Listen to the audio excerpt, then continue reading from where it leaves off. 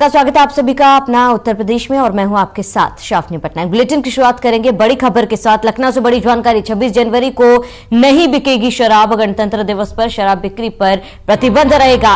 सभी तरह के लाइसेंस पर लागू होगा ये आदेश। शराब बिक्री करते पाए जाने पर लाइसेंस रद्द होगा। प्रशासन करेगा विधिक कार्रवाई। बड़ी जानकारी, अहम खबर इस वक्त आपको बता रहे हैं। इस वक्त की बड़ी खबर, अहम जानकारी से आपको रूबरू करा दे, जहां पर शराब की बिक्री नहीं होगी और गणतंत्र दिवस के मौके पर शराब बिक्री पर बैन लगाया गया है। किसी भी तरीके के लाइसेंस को इसकी अनुमति नहीं दी जाएगी। लखनऊ से बड़ी जानकारी आपको बता दें, शराब बिक्री पर फिलहाल प्रतिबंध है और गणतंत्र दिवस के मौके पर किसी भी लाइसेंस को शराब बिक्री की मंजूरी नहीं दी जाएगी। बड़ी जानकारी लखनऊ से, शराब बिक्री पर बड़ी खबर।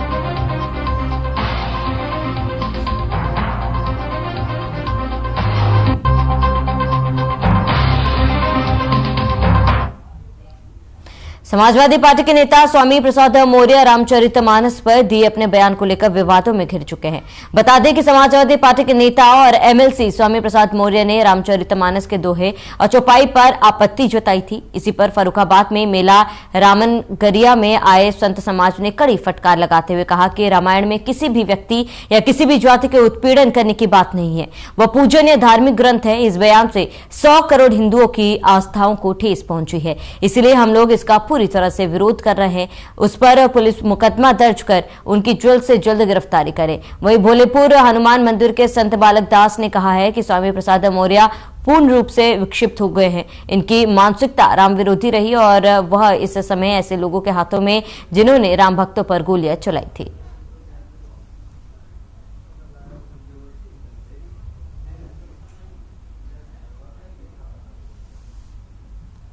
पत्थर दिल को भी जो है कहने मतलब बिल्कुल जो है कहने मतलब फूल कोमल बनाने वाली रामायण, और इससे कहाँ उत्साह हुआ, क्या हुआ। और ये माननीय अखिलेश को इस पे बहुत बड़ा इन्हीं कारणों के बस वो इतने खराब आदमी नहीं थे, लेकिन ये जो ऐसे बड़बोले अब ये वहां से निकाले गए भाजपा से, और ऐसे ही जो ये बड़बोले निकाले तो अभी वो अखिलेश भी इनको छोड़ेगा थोड़ी, इसको निकाल सब बाहर ही करेंगे। 2 करोड़ संत समाज का विरोध कर रहा है। संत समाज ने जलम यार राम के नाम पे जो है, जो राम का नहीं वो मेरे काम का नहीं। ऐसा है, स्वामी प्रसाद मौर्य देशद्रोही है। इसका मतलब ये एहसास हो रहा है क्योंकि हमारे 4 वेद, 6, 7, 18 पुराण हमारी सनातन धर्म की ये धरोहर है। ये रामायण रामचरितमानस लिखी गई थी, तुलसीदास ने लिखी थी, वाल्मीकि जी ने इसको संस्कृत में लिखा था, उसके बाद तुलसीदास ने हिंदी में अनुवाद किया था। इसका मतलब हो रहा है कि ये स्वामी प्रसाद मौर्य जो है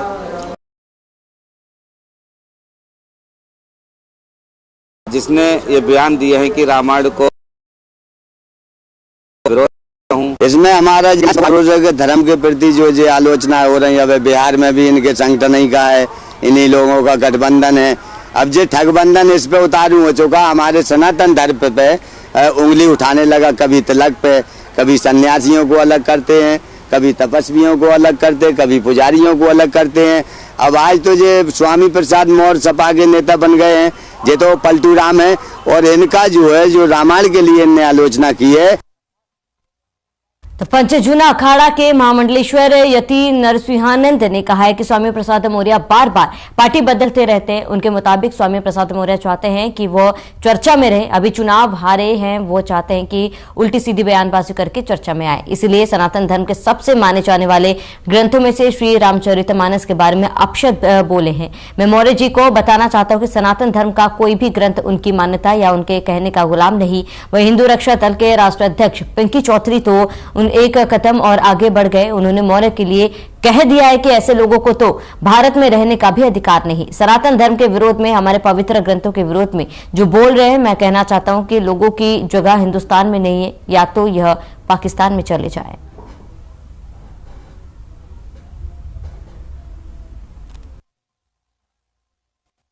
एक नेताजी हैं स्वामी प्रसाद मौर्य, अक्सर अलग अलग दलों में रहते हैं। अभी चुनाव हारे हैं, बिल्कुल अप्रासंगिक हो चुके हैं। अब वो चाहते हैं कि किसी तरह की उल्टी सीधी बयानबाजी करके वो चर्चा में आए। इसके लिए उन्होंने सनातन धर्म के सबसे माने जाने वाले ग्रंथों में से, सबसे बड़े धार्मिक ग्रंथों में से एक श्री रामचरितमानस के बारे में अपशब्द बोले हैं। स्वामी प्रसाद मौर्य जैसे लोग जो सनातन धर्म के विरोध में, हमारे पवित्र ग्रंथों के विरोध में जो बोल रहे हैं, मैं कहना चाहता हूं कि इन लोगों की जगह हिंदुस्तान में नहीं है, या तो यह पाकिस्तान में चले जाएं, अन्यथा हमारे धर्म पर, हमारे देवी देवताओं पर गलत बोलेंगे, जो भी राजनीतिक लोग बोलेगा उसको हिंदू रक्षा दल सबक सिखाएगा, क्योंकि अब ऐसे लोग हिंदू रक्षा दल के निशाने पर हैं। तो 13 और 14 जनवरी की रात टांडड़ा कोतवाली क्षेत्र के भजन ज्योतिया चौराहे पर दुकान पर हुई चोरी का पुलिस ने खुलासा कर दिया है। पुलिस ने 3 आरोपियों को गिरफ्तार किया, जिनके पास से पुलिस ने घटना में इस्तेमाल किए गए वाहन और चोरी किए गए सामानों को बरामद किया। घटना को लेकर नाराज पुलिस अधीक्षक अजीत कुमार सिन्हा ने कोतवाली टांडा के एक उप निरीक्षक, 2 हेड कांस्टेबल और 1 कांस्टेबल को निलंबित कर दिया था। प्रेस वार्ता के दौरान पुलिस अधीक्षक अजीत कुमार सिन्हा ने बताया कि कोतवाली टांडा प्रभारी अमित प्रताप सिंह व स्वाट टीम प्रभारी अजय प्रताप सिंह टीम के साथ आजमगढ़ हाईवे पर रामपुर कला के पास से मय वाहन के अभियुक्तों को गिरफ्तार किया।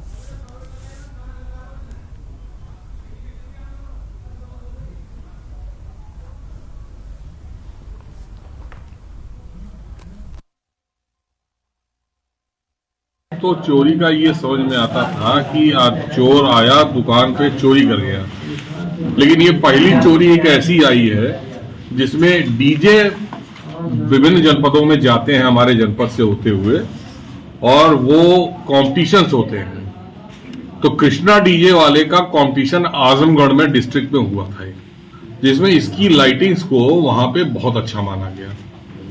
तो इसकी प्रतिद्वंदी कंपनी जो थी डीजे की, उसने उन लाइटिंग्स के लिए ये चोरी कराई।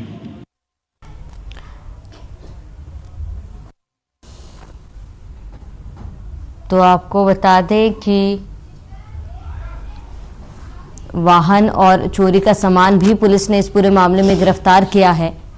पुलिस ने चोरी का खुलासा किया और चोरों को भी गिरफ्तार किया। 3 चोरों को पुलिस ने इस पूरे मामले पर गिरफ्तार किया। इसके साथ ही चोरों के पास से वाहन और चोरी का सामान भी बरामद किया है। तो पुलिस ने चोरी का खुलासा करते हुए 3 चोरों को भी गिरफ्तार किया। इसके साथ ही चोरों के पास से वाहन और चोरी के सामान भी बरामद किए हैं। तो बहुत ही कम समय में पुलिस ने चोरी का खुलासा करते हुए चोरों को गिरफ्तार किया और करीब 1 वाहन और चोरी किए गए कई सामान पुलिस ने चोरों के पास से जब्त किए हैं।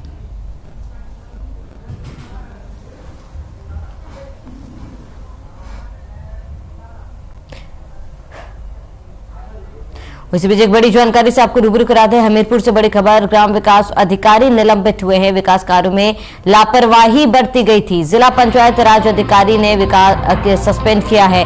वीएचपी राज के महामंत्री से अभद्रता का पूरा मामला। सहायक विकास अधिकारी को जांच सौंपी गई है। 45 दिन में रिपोर्ट देने के लिए निर्देश किए गए। हमीरपुर के राट विकास खंड का ये पूरा मामला आपको बता रहे हैं। बड़ी जानकारी, अहम खबर आपको बता दें। इस वक्त की बड़ी खबर, अहम जानकारी। विकास कार्यों में भी लापरवाही बरती जा रही, इसको लेकर जांच के भी आदेश दिए गए।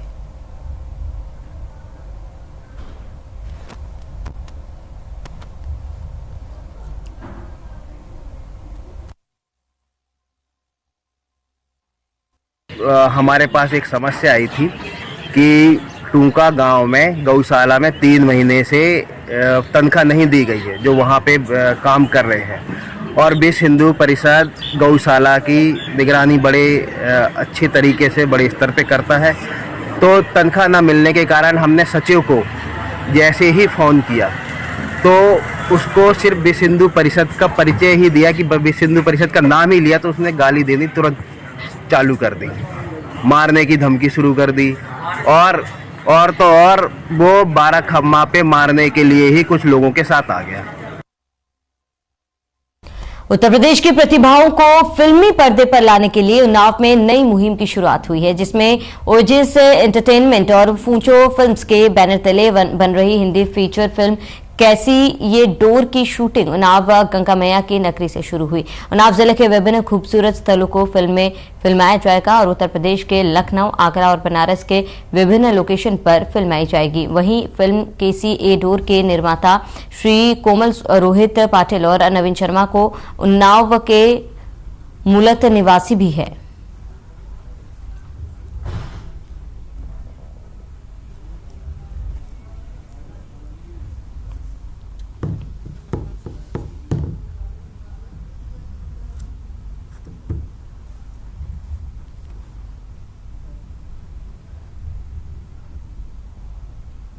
ये है अवेयरनेस लाना लोगों को, ये हमारा मेन उद्देश्य। कुछ जगह चलनी पड़ेगी, कहाँ से जी पहले तो नवाबगंज हम कर रहे हैं, फिर शुक्लागंज कर रहे हैं, फिर कथा रोड कर रहे हैं, और जो रेलवे स्टेशन है वो हम कर रहे हैं, मेन सिटी कर रहे हैं, बदलाव मेन मार्केट कर रहे हैं।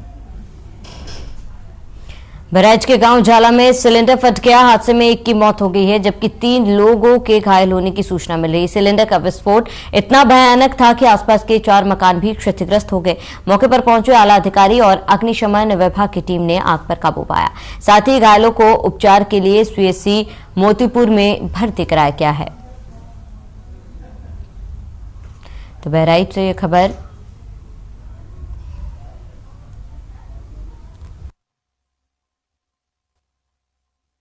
ये थाना मोतीपुर के ग्राम झाला में इस सब्बीर नामक व्यक्ति के घर पर उनकी बेटी सिलेंडर में दूध गर्म कर रही थी। उसी के दौरान सिलेंडर फटने से अचानक घटना हुई जिसमें से एक व्यक्ति की मौत हो गई है। अग्निशमन की गाड़ी और क्षेत्राधिकारी नानपारा मोतीपुर की पुलिस मौके पे है और इसमें आवश्यक कार्रवाई की जा रही है। शांति व्यवस्था संबंधी कोई इशू नहीं है जी। जैसे बारिश जैसे नहीं पड़ता जी। अच्छा, तो और कोई घर में तो नहीं दबा है? कोई नहीं। और आपके और बच्चे कितने हैं? एक कहाँ थे उस समय? बाहर रहे, एक भैया से रहना पड़े। जी जी। और कोई तो नहीं दबा है अंदर? गोरखपुर के तिवारीपुर थाना क्षेत्र के जाफरा बाजार में एक युवक पर फायरिंग की गई जिसे घायल हालत में इलाज के लिए अस्पताल में भर्ती कराया गया। घायल की पहचान होशीपुर के रहने वाले रियाज कुरैशी के रूप में हुई है। घायल युवक का इलाज जिला अस्पताल की इमरजेंसी में चल रहा है, जहां थाने के कुछ सिपाही और दरोगा ने अस्पताल पहुंचकर मामले की जांच पड़ताल शुरू कर दी।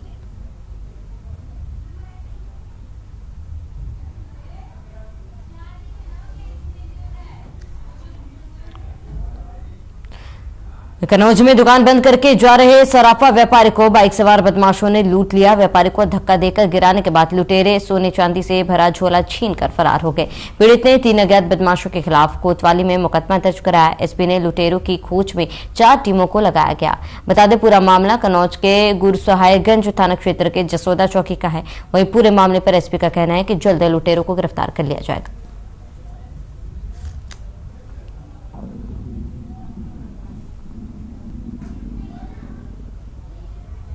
यहाँ से जा रहे थे, रास्ते में जो है 2 लड़के मिल गए, झोला छीन लिया।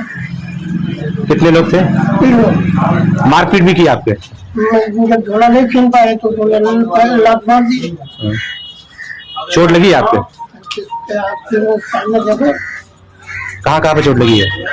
हुआ है। तो पुलिस ने कार्रवाई कितनी देर बाद की आपकी? पुलिस ने आधे घंटे बाद जो है कार्रवाई शुरू कर। ये कल शाम को एक सूचना प्राप्त हुई थी जिसमें एक व्यक्ति अपने घर पर जा रहे थे और उनके बैग में कैश और कुछ ज्वेलरी थी। उनके मुताबिक 3 लड़के थे जिन्होंने उनको रोककर उनके साथ मारपीट की और उनका बैग छीन लिया। इस मामले में लूट का मुकदमा पंजीकृत कर लिया गया है। टीमें लगा दी गई हैं घटना को वर्कआउट करने के लिए। शीघ्र ही घटना का अनावरण किया जाए। महोबा जिले के कुलपहाड़ कोतवाली क्षेत्र में 22 वर्षीय युवक का शव पेड़ में लटका मिला। परिवार ने हत्या कर शव लटकाए जाने की आशंका जाहिर की। प्रेमप्रंग में युवक की हत्या करने की बात परिवार कह रहा है। सूचना पर पहुंची पुलिस ने शव को पेड़ से उतारकर जांच शुरू कर दी। आरोप है कि इंस्टाग्राम में लड़की से दोस्ती होने के बाद मृतक 2 दिन पहले घर से उससे मिलने निकला था और अब उसका शव लटका हुआ मिलने से हड़कंप मच गया। पुलिस इसे आत्महत्या मान रही है। फिलहाल पुलिस ने आगे की कार्रवाई शुरू कर दी।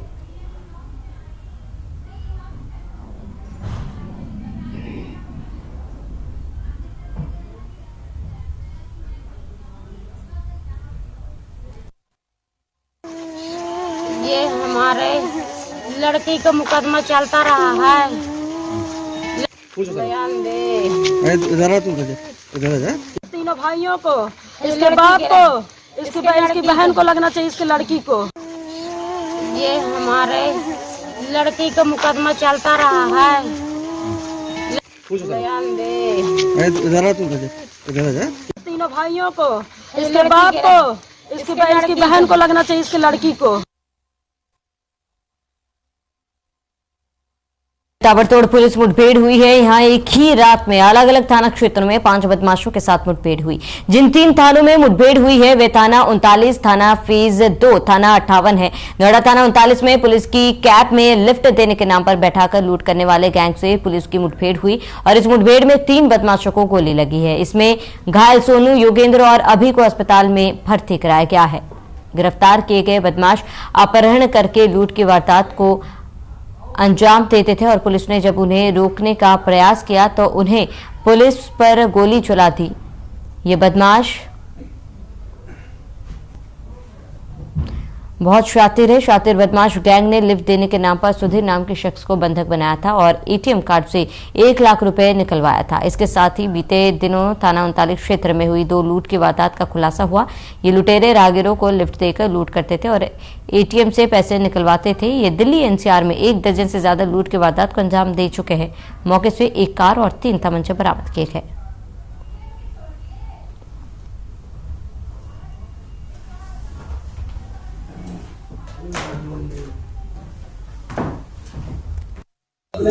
एक गैंग पकड़ा गया है जिसने अभी हमारे यहाँ 4 घटनाएं की हैं। 3 घटनाएं से पंजीकृत हैं। 1 घटना की जानकारी नहीं हो पा रही कहाँ से हुई है। अभियुक्तों से बताया है। ये 4 व्यक्ति हैं। कल इनसे पुलिस से मुठभेड़ हुई जिनमें 3 व्यक्तियों को गोली लगी है और तीनों जिला अस्पताल के बाद सफदरजंग के लिए रेफर कर दिए गए हैं। एक अभियुक्त को गिरफ्तार किया गया रात में, जो अभी आपके समक्ष प्रस्तुत किया गया है। इसको इन 4 व्यक्तियों का मोडस ऑपरेंडी ये था कि ये ऐसे जगहों पर जहां पर 1 या 2 सवारियां मिल जाएं,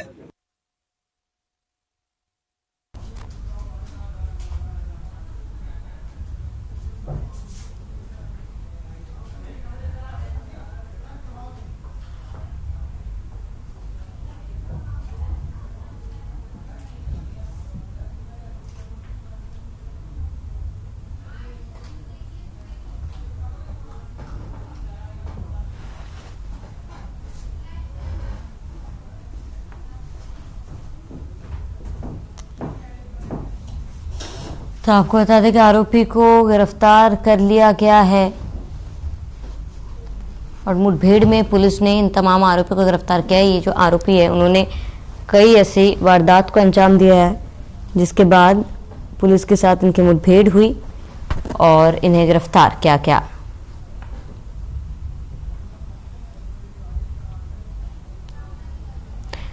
तो आपको बता दें कि कई ऐसे गिरोह हैं, करीब 2 गिरोह ऐसे जिनका पर्दाफाश किया गया। 2 गिरोह दिल्ली एनसीआर में काफी ज्यादा सक्रिय, इससे पहले भी कई मुकदमे इन पर दर्ज है। फिलहाल कार्रवाई करते पुलिस ने इन्हें गिरफ्तार किया।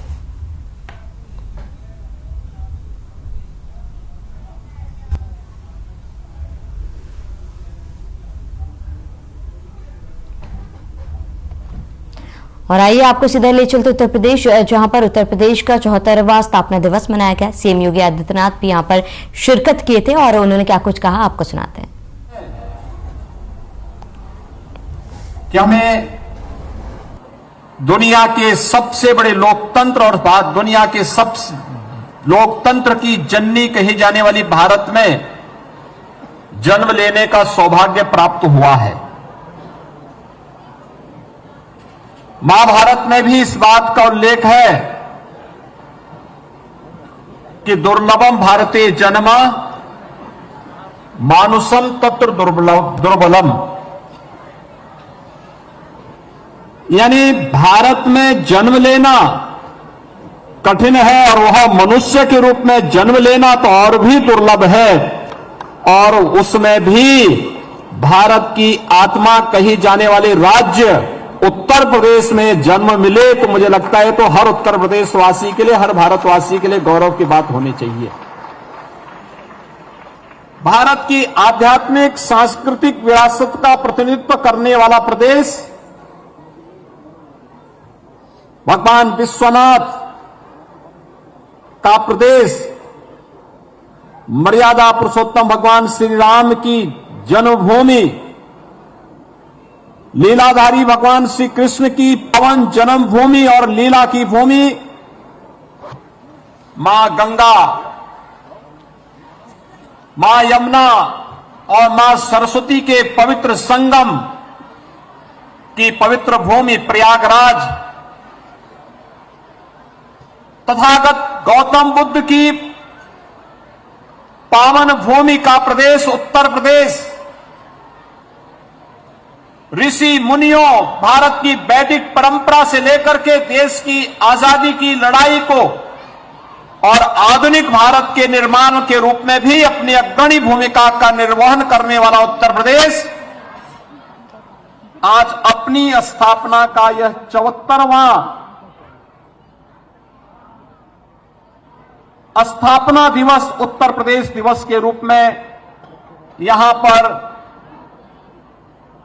उत्साह और उमंग के साथ आयोजित कर रहा है।